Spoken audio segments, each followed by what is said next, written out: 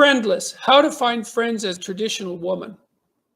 Attacked by friends I loved by saying I'm not a feminist, and judged saying I want kids. Feeling hurt and confused. Well, that's too bad. Really, I'm very sorry to hear that, because the idea that you would be judged for saying that you want kids it's a kind of radical insanity as far as I'm concerned.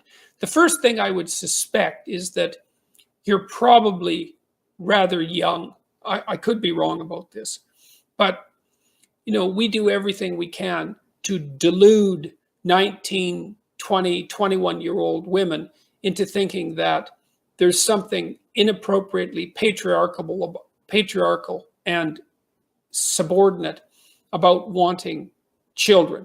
And so many young women are firmly convinced that the last thing they want is to have children. And they're not disabused of that foolish notion by people who should be mentoring them properly. Because the truth of the matter is the vast majority of women start to realize in their late 20s and early 30s that there isn't anything more important to them than having a family. And that's how it should be. That doesn't mean that their careers aren't important or that career isn't important. It means that family is more important. And if you look at, I think it was the Pew Research Foundation that recently conducted a poll looking at what Americans felt brought the most meaning to their life and what was most important. And I believe it was 76% of respondents indicated that it was family. And family is more important than career. And, I say that as someone who's a very gratifying and meaningful career. I've done many things. I've been a professor and a clinical psychologist and an author and a businessman. And I've been involved in an extraordinary number of high quality career level pursuits, as well as jobs. And I found my fair share of gratification in those because I like to work. I'm an industrious person. But it's certainly the case that for me, my marriage and my kids have been of paramount importance. And that actually becomes more true as I get older and hopefully wiser. And so the first thing you need to do is stop feeling guilty about it. Like, you're in the right. You want to have kids, more power to you. And if people are telling you that, you shouldn't bring kids into a planet like this, or that, you're adding to the carbon footprint of the world, you can invite them politely to step themselves off and allow some space for some new life if they're that concerned about it. It's cruel to speak to women in that manner, as far as I'm concerned, to leap to the conclusion that adding an additional soul to the world is going to be somehow harmful, when the possibility is very high that if you have a child and you raise them carefully, that they're going to have a net positive impact on the world, and that impact could be incalculably large. And so there's no excuse whatsoever except a kind of vicious, self-righteous malevolence that would drive people, and maybe jealousy, that would drive people to insult and belittle a woman who wants to have children.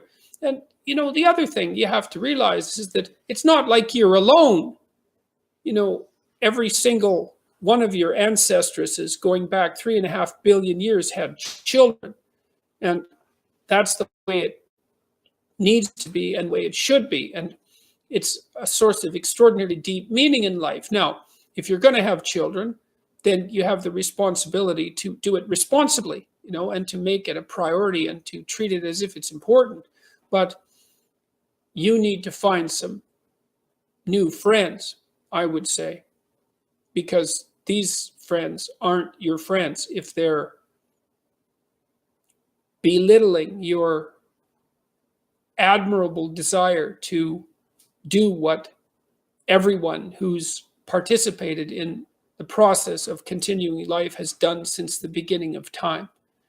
And anyone who's anti-child is confused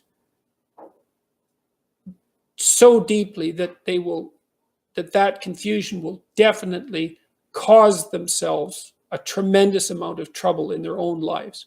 And the only thing that you can hope for people who are that confused is that they sort it out and decide what's important before they're too old to make the right decision.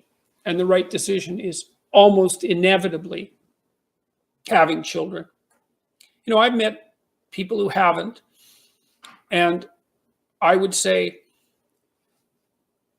it's not easy for them to fill the void in their life. And these are often people who've had high-powered careers and have been very successful and admirable people in many regards. But I'll tell you, as you get older, that space that your family should occupy becomes more and more difficult to fill. You need, as a person who's getting older, well, first of all, as a younger person, you need that spark of life and responsibility that having a small child brings to you. You require that. It matures you, because as soon as you have a child, then you're no longer the most important thing in the world. And you're still sadly immature if you're the most important thing in the world. And it's very difficult to get over that without having a child. And then you need that life and responsibility that the child provides, to bring out the best in you, to grow you up and to make you awake and aware, like you might be on behalf of someone who's fragile and needs your support and development. And then as you get older, well, you need to see life continue to manifest itself in the possibility of youth and the adventure that young people go on when they start a family. You need to see that continuity, and it helps ground you in the world and gives you hope for not only for your future, but for the future itself. And so, and then with regards to saying that you're not a feminist, I guess probably what I would recommend there is just stop saying that.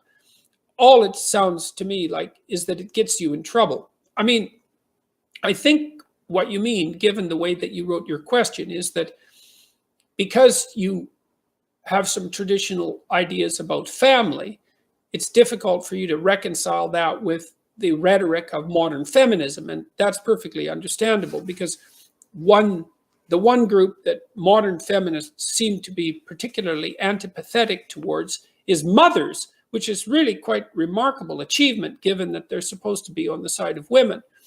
But I would say, if you want kids, you talk to people who are positively inclined to your motivation and ambition, and you don't discuss it with people who are inclined to put you down and denigrate that, because they're deceiving themselves, they're acting cruelly, and they're doing no one any favors, least of all themselves, and certainly not you. So you carefully find people who are willing to support you in your desire, and more power to you as far as I'm concerned. So it's a very courageous thing to bring a child into the world, you know, and then it's a very responsible thing to do it properly. And you can't grow up. You won't grow up and take your place in the world properly until you do that. And, you know, it's certainly possible too that the people that are attacking you are even unwilling to come to terms with their own internal desires. That would be my guess. They're denying something that they regard as inappropriately subordinate, as I said, for ideological reasons. That to have a child is to damage the world. That would be one part of it. Or to subordinate yourself to the oppressive patriarchy. That would be another part of it. And that no alert and woke woman would dare to have that as an ambition. But that's so shallow and so superficial, all of that, and so self-damaging, because there isn't that many things that you have to do in life that will sustain you in life in a necessary manner. And having a family is definitely one of those. It's maybe half of your life. It might be more than that, but it's definitely at least half your life. You figure intimate relationship, that's a big part of your life. Your career and the useful things and productive things that you do outside, that's another part. But fundamentally, it's family.